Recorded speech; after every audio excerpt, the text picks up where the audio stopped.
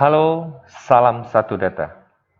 Hari ini saya akan memberikan informasi terkait verval ijazah untuk kepentingan seleksi PPPK. Jadi, beberapa hari ini, kurang lebih 2 atau 3 hari yang lalu, itu ada fitur baru di Info GTK untuk guru-guru yang non-PNS, tenaga honor, itu muncul verval ijazah di mana ada informasi akan adanya rencana pelaksanaan seleksi P3K.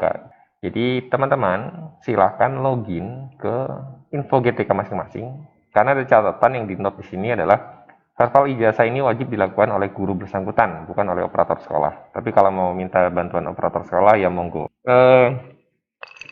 Saya akan membedah hari ini terkait verval ijazah dan seleksi PPK-nya sendiri, gitu ya, seleksi P3K. Walaupun awalnya ini ada tipu, jadi P4K, ya harusnya P3K. Pegawai pemerintah dengan perjanjian kerja. Jadi, pastikan teman-teman sudah login ke info GTK masing-masing, gitu ya. Nah, cara untuk loginnya saya tidak usah bahas, karena bisa menggunakan dua cara. Teman-teman bisa login ke website PTK Kemdikbud dengan memasukkan username login SSO-nya, login SSO masing-masing, atau langsung ke info GTK-nya langsung, gitu ya, sampai muncul tampilan seperti ini. Nah, sebelumnya saya akan bahas, gitu ya, untuk P3K sendiri, teman-teman bisa lihat di Perpres-nya. Ada Perpres nomor 38 tahun 2020. Ini tentang jenis jabatan yang dapat diisi oleh pegawai pemerintah dengan perjanjian kerja. Nah, di sini kalau silakan dibaca. Nah, salah satunya ini munculnya adalah posisi yang bisa diisi adalah nomor 42 adalah guru. Jadi ini bisa untuk guru mengisi ini. Ya. Nah, jabatan yang dapat diisi adalah jabatan fungsional dan jabatan pimpinan tinggi, JPT dan JF. Di sini ada juknisnya. Teman-teman silakan baca Peraturan Presiden nomor 38 tahun 2020 tentang jenis-jenis jabatan yang dapat diisi. Nah, satunya ada lagi adalah teman-teman silakan lihat di Peraturan Pemerintah Nomor 49 Tahun 2018 tentang Manajemen Pegawai Pemerintah dengan Perjanjian Kerja. Sebenarnya apa sih gitu ya? Yang akan kita bahas itu adalah ini apa gitu ya. Jadi kalau kita baca di Undang-Undang ASN itu disebutkan bahwa ASN itu terdiri dari dua. Yang satu adalah pegawai negeri sipil dan satunya adalah P3K. P3K nantinya akan masuk juga sebagai ASN. Perbedaan mendasarnya adalah PNS itu adalah bersifat tetap gitu ya, secara paling mendasar, sementara P3K itu adalah berdasarkan waktu perjanjian kerja. Nah, paling lambat itu 1 tahun dan dapat diperpanjang. Kita baca di sini, manajemen pegawai pemerintah dengan perjanjian kerja adalah pengelolaan pegawai pemerintah dengan perjanjian kerja untuk menghasilkan pegawai pemerintah dengan perjanjian kerja yang profesional, memiliki nilai dasar etika profesi bebas dari intervensi politik, bersih dari praktek korupsi, kolusi, dan nepotisme, gitu ya. Nah, ASN sendiri disingkat aparatur sipil negara yang selanjutnya disingkat ASN adalah profesi bagi PNS dan pegawai pemerintah dengan perjanjian kerja.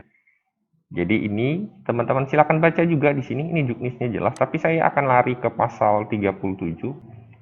Nah, di sini masa perjanjian kerja. Masa hubungan perjanjian kerja P3 paling singkat atau paling lambat adalah 1 tahun dan dapat diperpanjang sesuai kebutuhan. Perpanjangan hubungan ini bla bla bla dengan dapat persetujuan dari PPK, pejabat pembina kepegawaian, gitu ya. Dan ini ada juknisnya banyak, penggajian. Jadi apa saja hak yang dapat diperoleh oleh P3K dapat dibaca di sini juga.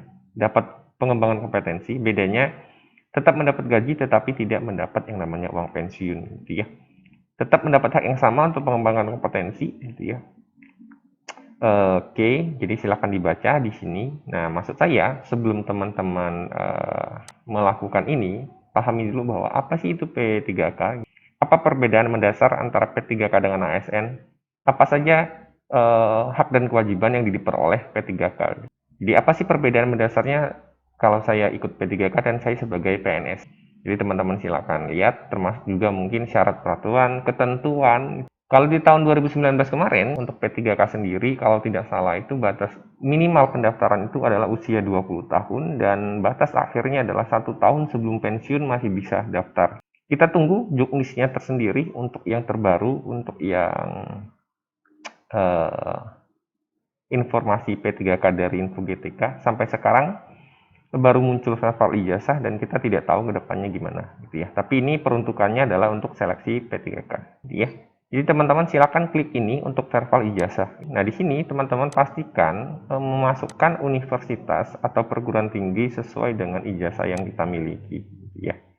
Jadi ini cukup case sensitif. Jadi kalau teman-teman carinya tidak dapat gitu ya. Misalnya saya ketik Dharma Jaya, ini adalah kampus saya. Nah, ini kebetulan dapat gitu ya. Jadi kalau saya misalnya singkatannya aja IBI Dharma Jaya, nggak ketemu gitu ya. Jadi saya ternyata dia nggak pakai IBI, tapi lebih spesifik aja Dharma Jaya, nanti dia akan muncul. Nah di sini teman-teman muncul. Ini adalah prodi yang sesuai dengan punyanya Dikti langsung gitu ya, yang sudah terdata di sana. Jadi teman-teman silakan sesuaikan. Misalnya di sini saya adalah Teknik Informatika. Jangan lupa dimasukkan NPM-nya gitu ya. Sesuaikan NIM-nya, nomor induk mahasiswanya atau nomor pokok mahasiswa, dan kemudian kita cek di situ. Ya. Jadi kalau di sini sudah muncul, berarti sesuai, kita tinggal simpan. Oke, ini adalah untuk kasus yang ditemukan. Dan ini, jika teman-teman tidak ditemukan nama kampusnya, teman-teman silakan isi manual dan upload yang namanya ijazahnya. Nah, setelah kita berhasil menemukan ini dan sudah sesuai, gitu ya. Jadi kalau kalian lihat, ini adalah namanya sudah sesuai, nama saya sendiri. Kemudian jangan lupa silakan klik yang namanya simpan di sini, gitu ya. Nah, setelah proses simpan, ini data sudah di-verbal pada 11 November 2020 jam 12.28. Nah, setelah kita sudah selesai melakukan verbal ijazah, gitu ya, ketika kita membuka kembali info GTK, nanti notif untuk melakukan verbal ijazah sudah tidak muncul lagi, gitu ya. Jadi pop-up yang mengatakan kita wajib mengisi verbal ijazah itu sudah tidak muncul lagi, gitu ya.